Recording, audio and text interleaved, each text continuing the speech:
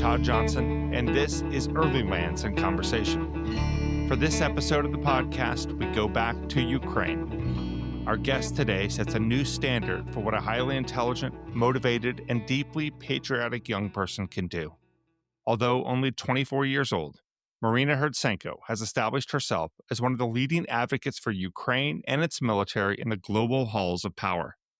She is a co-founder of the Snake Island Institute, which in the matter of less than 2 years has become Ukraine's leading security-focused think tank and also plays a hands-on role in linking Western defense manufacturers with Ukrainian military units and local Ukrainian defense technology companies. Equally at home in the halls of the U.S. Congress or working alongside Ukraine's men and women in uniform, Maryna is a force of nature in the very best sense of the phrase, and we're very lucky to have her on the podcast to tell her story. As always, if you enjoyed this conversation, please check out our full catalog of episodes. We've just passed our 1-year anniversary, and please like and subscribe. Also, we're now on YouTube, along with all the usual podcast platforms. We are very pleased to welcome the Snake Island Institute's Maryna Hrytsenko to Earlylands in Conversation.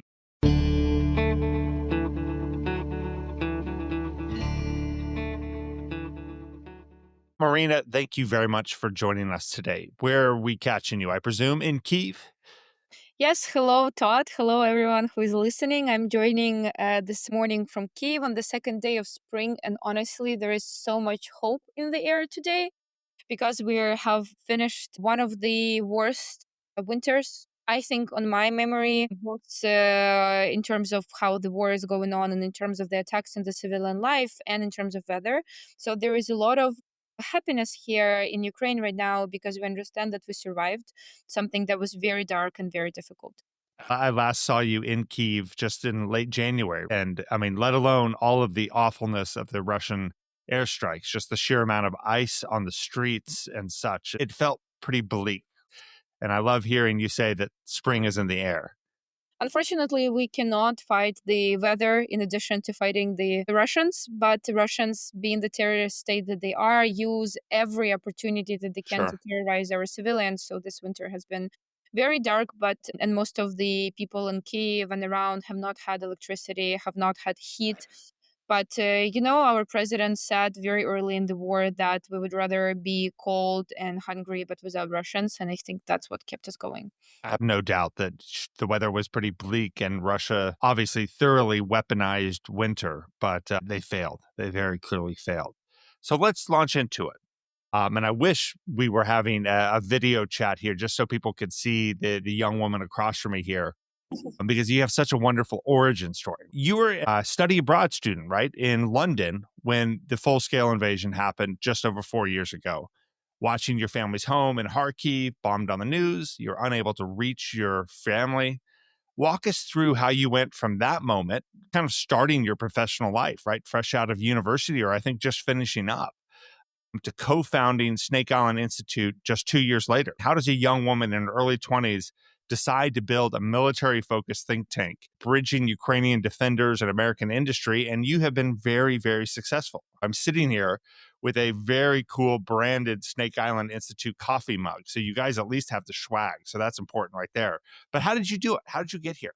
Well, the story starts in Kharkiv. I grew up in east of Ukraine in a military family. My mom and dad are both Air Force officers and have been in the military long before the invasion has started. So my earliest memories from life are, I'd have a piano at home when I was in dad's university when he was teaching pilots on how to fly in planes, and I was practicing on an old military piano at like 6 years old.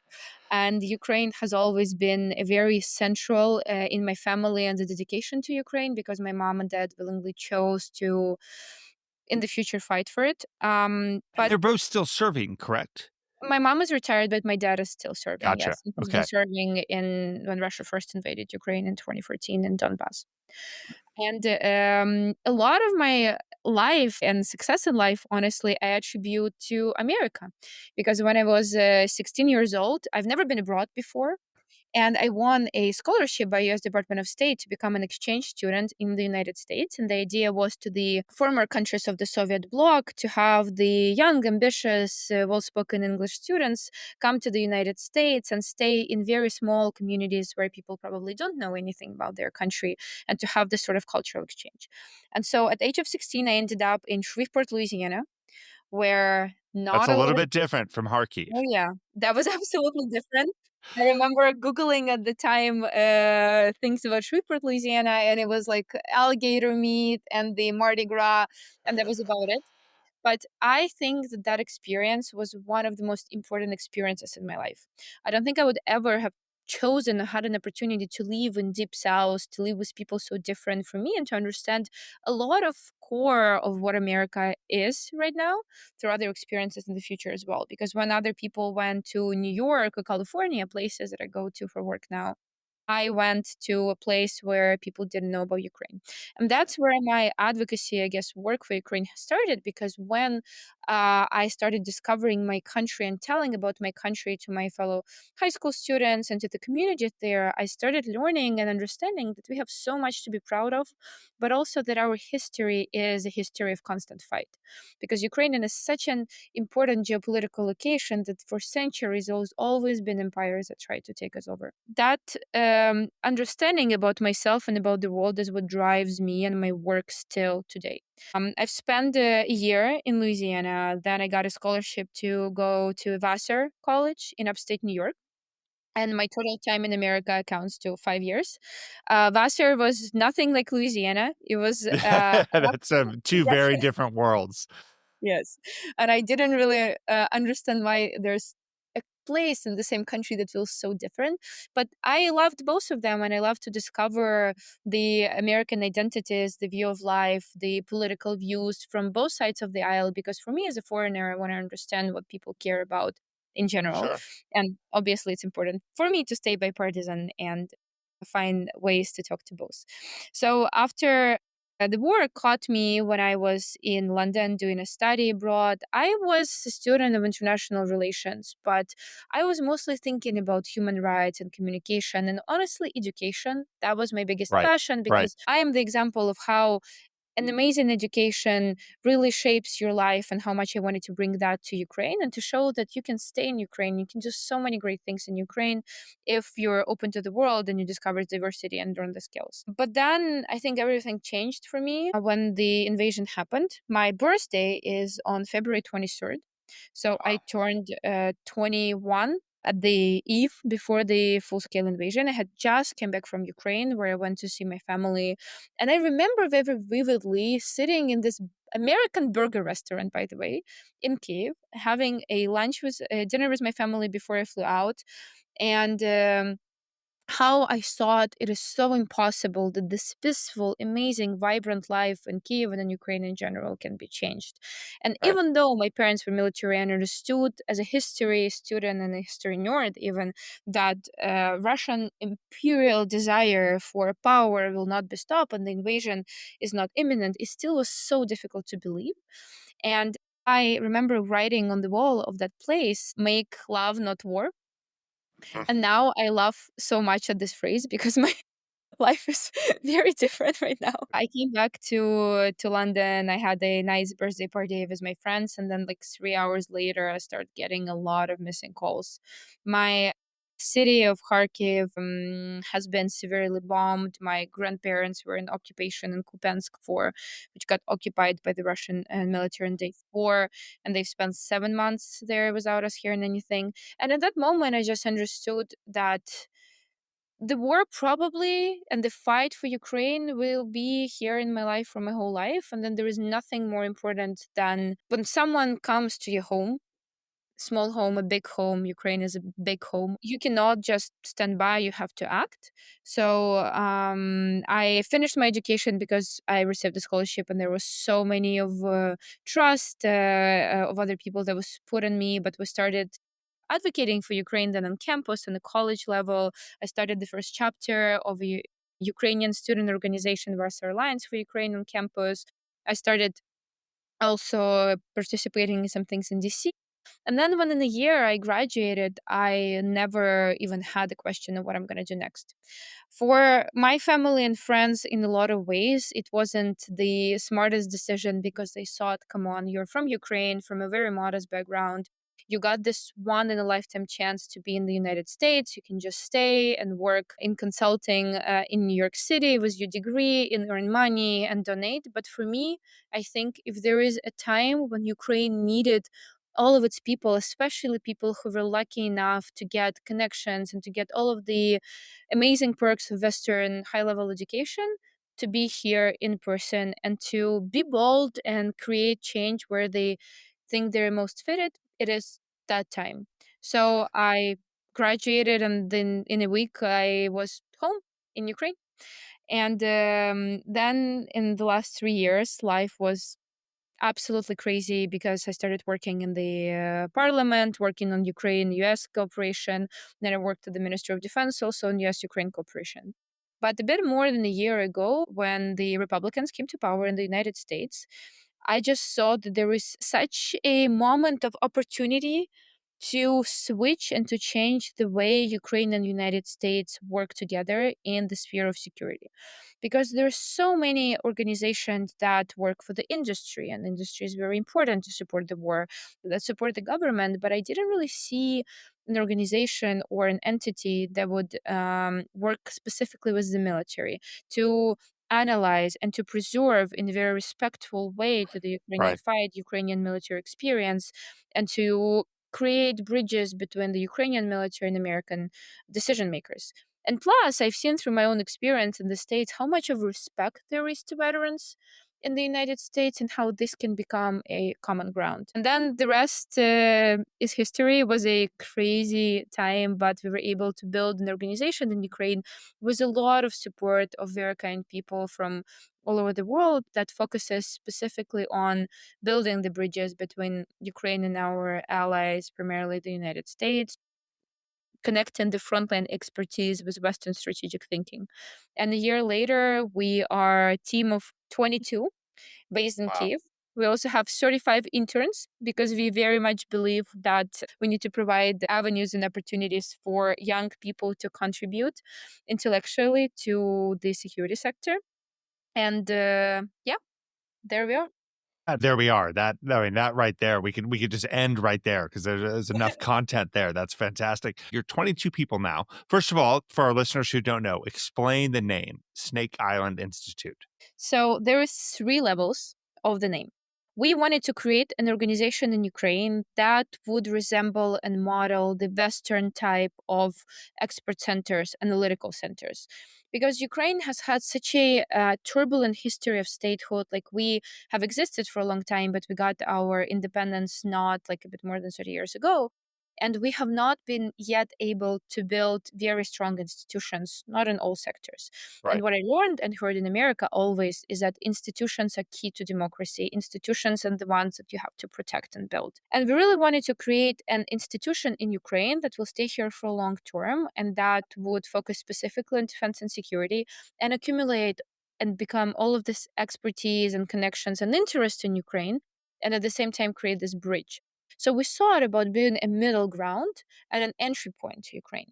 And then we obviously looked at the Snake Island that is located just a bit in the sea from Odessa. So first, the island became very famous as a symbol of Ukrainian resilience because in 2022, Russian warship came to the island and tried to occupy it, and there was just a couple of Ukrainian military there.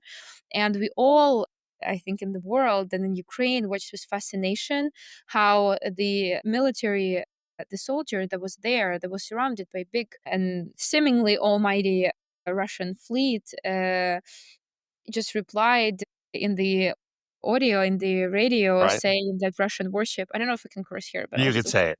Russian warship, go fuck yourself. Yes. It's on a magnet on my fridge, a t-shirt, stamps. I love it. I love it. This act symbolizes so much of Ukraine that even when we understand that there is a force so much bigger than us, Right. and frankly, this is how the rest of the world has been looking at Russia. Like, Russia is huge, Russia has a huge military and power, and Ukraine is a small, fairly new country that might not, how can they withstand? But Ukrainians fight for their home and they will fight so fiercely that even when they understand that they're going to be taken in captivity and fully occupied, will still keep fighting. So we wanted to commemorate the symbol of resilience. So that's the first level. The second level is the island itself is a very strategic middle ground in the Black Sea, because through it go Ukrainian export routes, and Ukraine is a very big grain exporter and just a big important exporter in the world ecosystem. And when the island was occupied, that jeopardized the kind of strategic communication with the rest of the world. So the way that Snake Island is itself this like important middle ground for Ukraine's connection, economic connection to the world, we see us as the strategic middle ground for defense and security access to Ukraine. And the third level is that there is this legend that, you know, Achilles from Greek mythology. Of course, yeah. So there is a legend that Achilles is buried on Snake Island. Whoever controls the burial place of Achilles controls the shape of the world history. Uh, That Ukraine right now shapes a lot of world history. So that Oh, was very important for us. no doubt. Well, so you were saying you sort of modeled yourself on institutions, I presume, like RUSI and ISS in London and CSIS in the US. And you guys have a wonderful, and I would encourage everybody to go to the Snake Island Institute website. You produce very analytically mature documents. Your monthly defense monitors, these are deep dives that are very well put together. Production value is very high, and the content, of course, is really world class. But also, you emphasize that SII facilitates battlefield testing for American companies with Ukrainian units for rapid feedback. But give us a concrete example of how that commercial facilitation happens.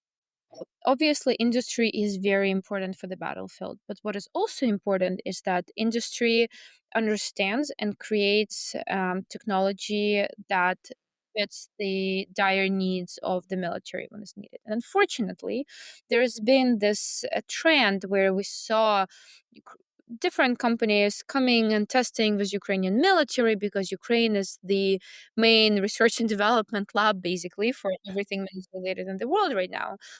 But a lot of people have just slapped this tested in Ukraine sign and used it for getting different contracts or for gaining, you know, money and investment, but have not iterated and have not came back with the results. That's one problem. The other problem is that the speed of innovation on the Ukrainian battlefield is so fast that if you're a Western type industrial entity and you do it by the more slow and bureaucratic Western approaches, by the time you get the feedback and then from the military and then you create something nice and shiny and bring it back to the front, it has already gone through so many iterations that your tech is basically not needed. For us, everything that we care about in this case is to equip our military the best way possible and to make these connections and to, in a way, become this bridge also between our partners' industries and the front line. So that's why we started basically finding on the basis of our partner units, scouting what innovations they do and how we can support them by attracting investment, by connecting them to the right people. A couple of months ago in the fall, our partner unit and sister team, they're a strike UGV company within the 3rd Assault Brigade of the 3rd Army Corps, came to us and said that, look, we have one of the most impressive examples of using strike UGVs. And for understanding of And the UGV for those unmanned ground vehicle, Yes, right? yes, yes. It is so unmanned ground vehicles are basically these ground robots that have been already widely used in the war for logistics to deliver supplies to the positions or to evacuate the wounded military.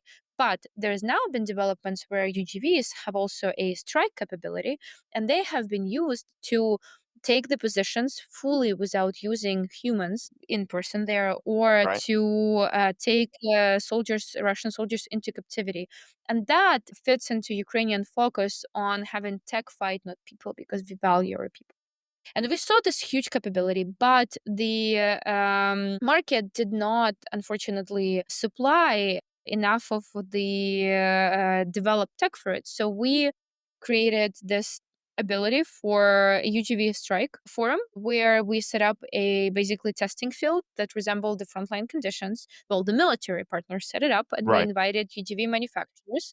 So we created the strike UGV test, and we saw how the manufacturers themselves were able to use their UGVs to go through this obstacle course, having just one reconnaissance flight and having all the similar conditions, and that just shortened the R&D cycle tremendously. Unfortunately, more than half of the vehicles that were presented there were not even able to finish it and to be Wow. successful. But for us, it's not about highlighting that the technology doesn't work. For us, it's about connecting them to the military to make sure that they adapt very quickly.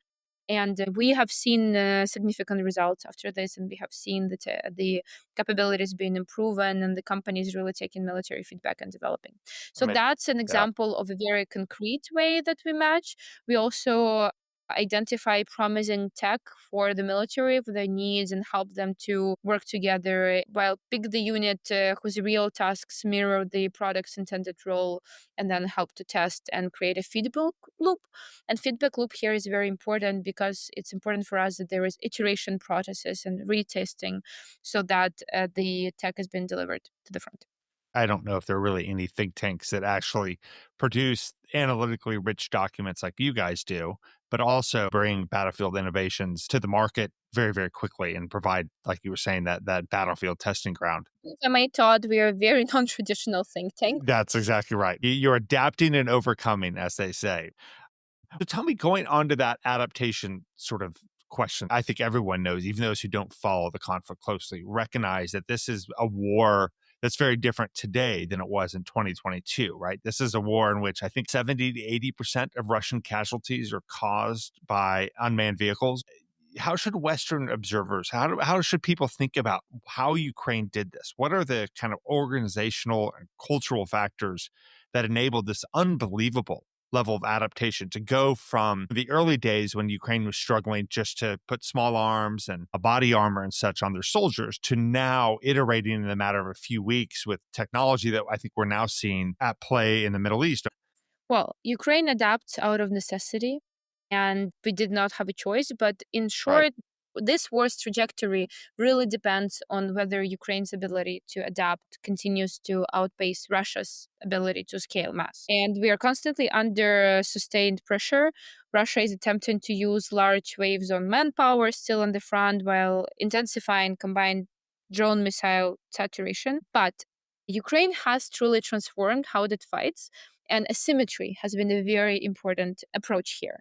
We gain an asymmetrical advantage in the Black Sea. We, by the way, did a huge study on how Ukraine was able to do this and how Ukraine was able. So basically, in at the beginning of the invasion, Ukraine had uh, almost 80% of its fleet destroyed still in 2014 when we were Right. occupied by Crimea. Crimea was occupied by Russia.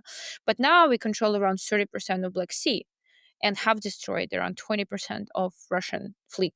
I mean, that's an amazing fact that I don't think most people realize, right? Ukraine does not have a traditional navy like we think of with multiple frigates and such. Like you said, those were largely destroyed or captured in 2014, but you have basically decimated the Russian Black Sea fleet and now control huge swaths of the Black Sea without those frigates and corvettes. Yes, and that was very interesting for us to explore because the Black Sea case, the maritime domain, is one where Ukraine was able to show how asymmetry can defeat Of course. traditional superiority. And there is a lot of lessons to be learned and adapted by our Western allies. Because when we look at China, for example, and Taiwan and in the Pacific in general, or Russia in its different theaters, we understand that the question of adaptation and mass is what's going to drive all of the future wars. This war is not defined by one breakthrough weapon. Right. Sometimes maybe I hear people thinking that maybe there is this one thing that's going to change everything. And for example, when we look at the air defense, which is one of the key topics of discussion right now, because you know that all of the war doctrines of the United States, for example, rely heavily on the air support, which Ukraine does not have fully. And we have not been able to fully close our skies. And at the same time, Russia has been sending thousands and thousands of missiles, different types of drones at us. So this asymmetric approach and the use of multi-layer approach is what helped us. And I think this war is very defined by learning speed, by industrial depths, and Right. the integration of drone and electronic warfare to everyday combat. But speed of adaptation is, I think, the decisive age, because all of this innovation, as I've said before, is measured in weeks, not years. There is no doctrine that we can write and it's going to work for the next year. What the fighters right now is completely different from what it was 4 years ago. So the way it works is that usually frontline operators literally identify problem and develop a solution and a test themselves. There is a research and development labs all around the front line right now on all of the different topics. For example, on the interceptor drones, the military develops the new solutions themselves very often as well. And that feedback loop is, like you said, just oftentimes just a matter of days or weeks, which is very unheard of in the world of big defense contractor procurement. So I want to shift a little bit, have you take off your think tank founder hat a little bit and just put on your Ukrainian patriot hat. The two, can't be divided. But I love this hat of mine, yes. exactly, exactly. But I mean, we've discussed these amazing battlefield adaptations and just the sheer perseverance of the Ukrainian people. The media, though, is so focused on the technology of this war because it is game changing. But I don't think we can forget the men and women who are the ones who are flying the drones or who are sitting on the contact line, enduring unbelievable hardship. Tell us how to think about the average Ukrainian soldier. What motivates them and what for them will be, I don't know, is a feasible outcome to this war? Well, you know, every time there was a big news making in terms of the negotiations, which has been for around a year, Right, almost right. every 2 weeks, I at the beginning wondered and talked to a lot of military. Have you read what President Trump has said? Have you read the new negotiations? And they always tell me, Marina, we cannot spend our time on this. We fight. We have a job. Our job is to protect Ukraine and make sure that Russians don't kill us all and don't invade us and that we keep our statehood. We are staying beyond, politics, and we just keep doing our fight. Because for me, I thought, how difficult mentally can it be when you're at the front, especially now in this cold winter when the Right. logistics is so difficult and that people keep staying on the positions for a long, long time because of the kill zone and they cannot move. And then you see all of this hope says there's going to be there's going to be a ceasefire next week, and then there's going to be a ceasefire for Thanksgiving or in January, and it's been going on for years and years. Well, they just don't really look at it. They do their job. And I think that the military is obviously a representation of the society. There is very different people there. There is people that studied and wanted to fight or to rise up to the challenge to protect their country, and that's their career path. But a lot of the military is average Ukrainians who understood that it's us or them. You can't stay away. A lot of what I really like about and I think is fascinating about the military in general is that a lot of our innovation and a lot of the decision making is coming from bottom up. Because all of the people that joined the military, they were not trained in traditional military doctrines and manuals. They are engineers, they're business people, they are artists, and they bring that. And when you look at the most effective brigades on the front, you understand that a lot of them are being run like businesses.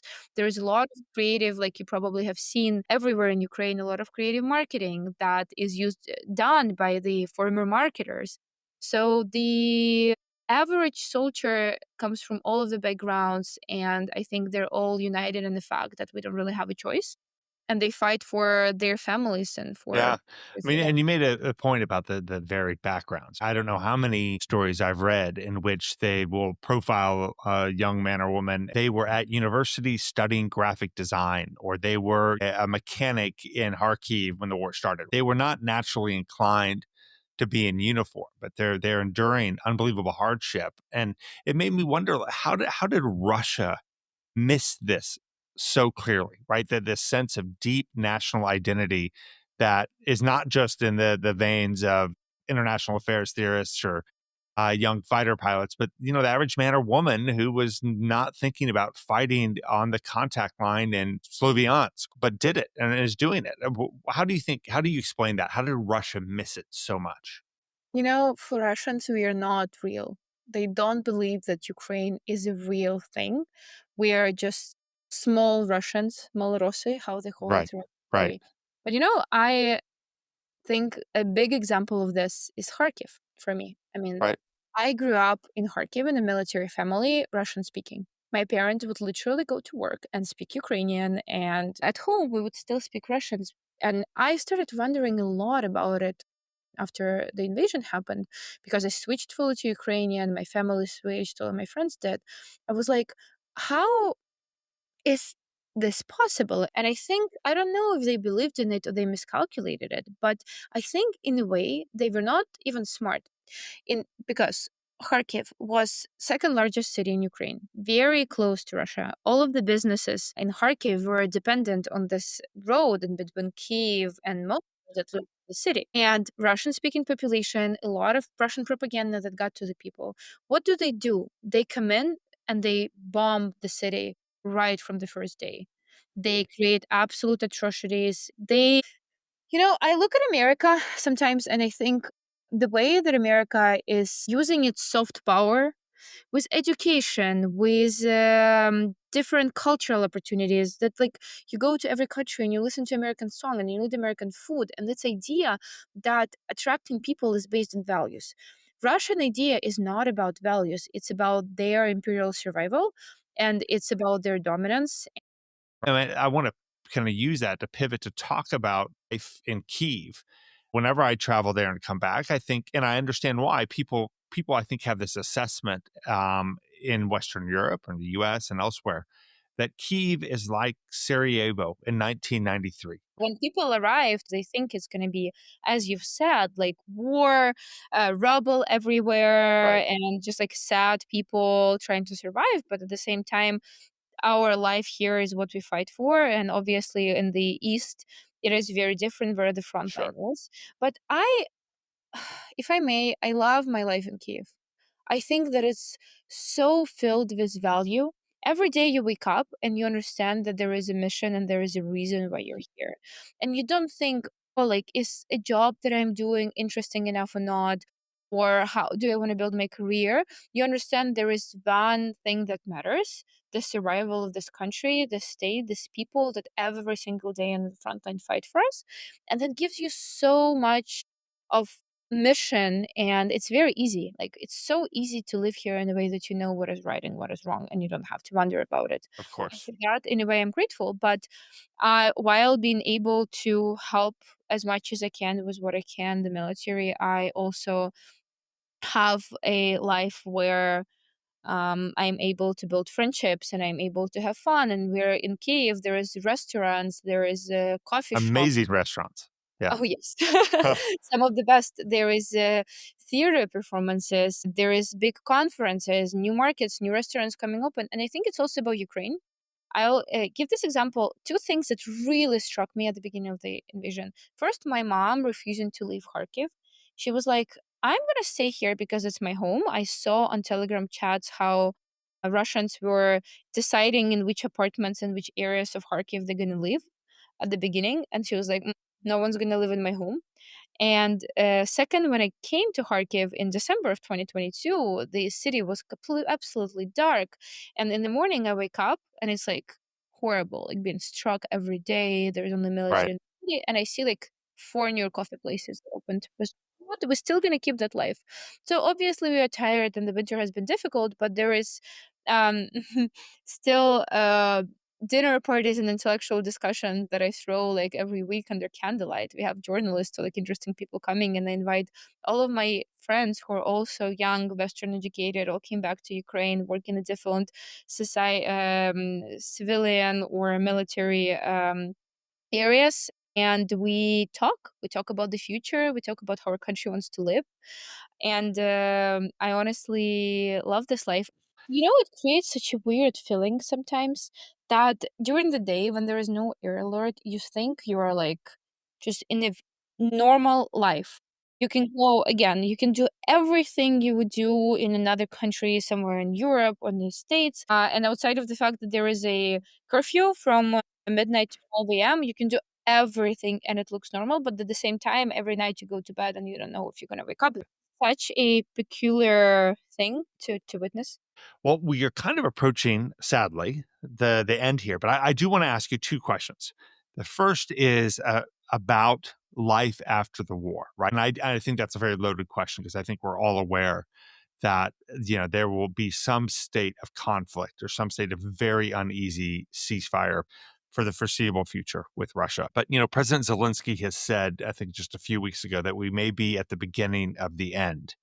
And when I'm in Kyiv, I often find myself wondering what life will be like when active military operations are over and when these young men or women who have seen and done things in recent years that would affect anyone. Tell me about how to think about the reintegration of the men and women who have been serving in the Ukrainian armed forces back into civilian life. What worries you, and what features of the Ukrainian sort of national character do you think will be important to watch? Well, I'm obviously think it's going to be a difficult period as after every war. I don't know when it's going to be because Ukrainians did not choose this war and Ukrainians really want this war to end. And as you can see in the negotiations right now, it's always Russia that is stalling them because they're Of not really course. committed.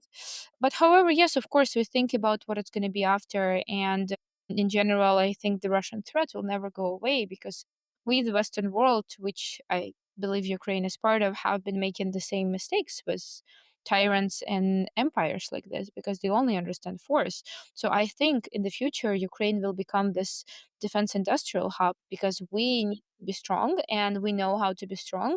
We have the best innovation, we have the best and most innovative experience of fighting, and we have an absolutely mesmerizing industry and defense industrial base that was able to rise up to the challenge, and we have a lot to give to the world and partners. But I think all of these veterans that are going to be coming back, obviously, we're looking a lot at the American experience of veteran reintegration, and that is very interesting for us. I really, really hope that we will be able to institutionally build a culture of respect.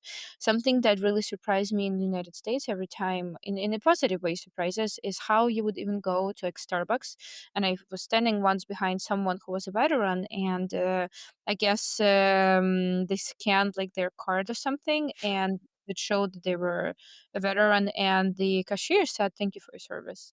And for me, even small things integrated in everyday life is the commemoration of that fight and the respect. So I hope that we will be able to build that. That's very important. But at the same time, I think that if there is enough of partnerships and investments and something on which we are working on between Ukraine and our allies, the veterans will be able to participate in that and will be able to keep sharing their earned experience and building one of the strongest defense industrial bases in Europe, because I really hope that Ukraine will become a regional leader and will use this frontline experience into creating something long term and stable, because we have shown that maybe there's not really a lot of militaries and countries in the world that can stand someone like Russia. You're right. I mean, that if there was ever an upside to the awfulness of this war, it has been the fact that Ukraine has developed this world class defense industry, and that will not fade. Right? It'll certainly change. Right? Aspects of it will change, and sizes and sort of specialties and such will change. Right? But I think that will be a feature of Ukrainian national life for a long time. Right? As the economy will have a strong national security footprint to it. Last question. We always ask our guests to recommend 1 to 2 books on their nightstand to help them better understand the issue under discussion. It could be the war itself, it could be the Ukrainian national character, identity, or history. What would you recommend to help us understand what we've talked about today? Since I'm speaking here on behalf of Snake Island, I institute not recommend our analytics. So And I will put links into the website, of course. So that's yes, that's right. already said. Yes, if you want to understand the way this war is developing and get to the nits and grits of this, I would highly recommend reading our analytics. And but if you want to go deeper, I will give a bit of a different perspective. I really like reading memoirs in general. Source of inspiration for me because understanding how people coped in very difficult situations, how they were able to build their lives. And there is this memoir that just recently came out. It's called Flashback Mariupol. It Flashback has Mariupol. Okay. Yes, I'll send you a link. It has been written by a Ukrainian military. His name is Alexander Ivansov. His Kolkhain is Heat. And he was the only, his story is fascinating. He served in 2014, then he was working on a cargo ship. And when the invasion started, immediately came back to Ukraine and flew into Mariupol, into Azovstal in a helicopter because Right. there was this helicopter operation to put Right. additional manpower in.